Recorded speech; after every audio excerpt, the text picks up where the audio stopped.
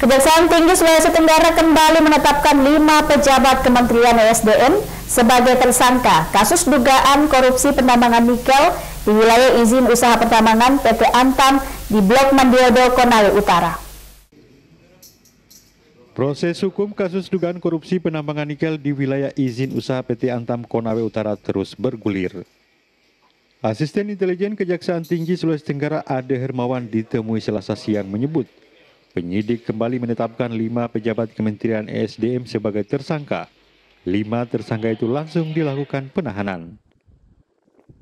Kelima pejabat itu adalah Ridwan Jamaluddin, mantan Dirjen Minerba, Sugeng Mulyanto, mantan PLT Dirjen Minerba, Hendra Yuli Bintoro, dan Erik Victor Tambunan, evaluator RKAB Kementerian ESDM.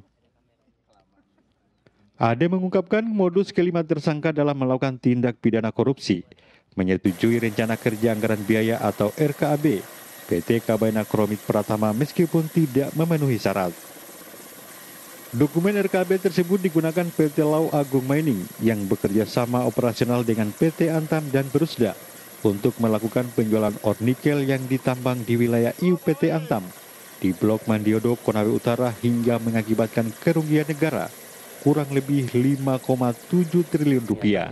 Dalam rapat pimpinan terbatas tersebut diambil sebuah kesepakatan di situ bahwa ada penyederhanaan syarat sehingga mengakibatkan PT KKP yang tidak mempunyai cadangan ore nikel sehingga bisa terbit RKAB. Dengan terbitnya RKAB tersebut maka dijuallah dokumennya ke PT Lau. Sebelumnya penyidik Kejati Sultra juga telah menetapkan tersangka dalam kasus ini.